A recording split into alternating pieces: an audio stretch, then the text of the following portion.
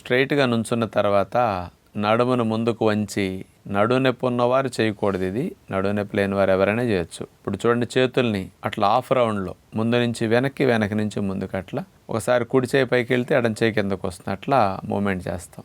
ఇట్లా ఒక 40-50 సార్లు చేయగలిగితే స్పీడ్గా బాగుంటుంది. ఆ తర్వాత 2 కాళ్ళ మధ్యలో ఒక 2-3 అడుగుల దూరం వచ్చేటట్టు జరిపి త్రికోణాసన ఎక్సర్సైజ్.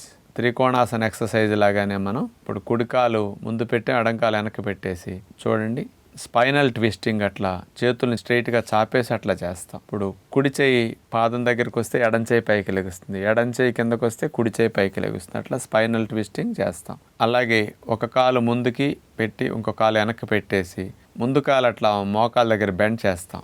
నడువుని వెనక్కి విరిచి చూడండి, చేతుల్ని గుండ్రంగా క్లాక్ వైజ్ అట్లా తిప్పుతాం. ఒక చేయి ముందు తిప్పాక ఇంకొక చేయి నెక్స్ట్, అలా కంటిన్యూస్గా చేతులు రొటేషన్ చేస్తాం. సున్నా చుట్టినట్టుగా చేతుల్ని అట్లా గుండ్రంగా తిప్పాలన్నమాట. ఇలా ఒక 15-20 రౌండ్స్ చేస్తే మంచిది.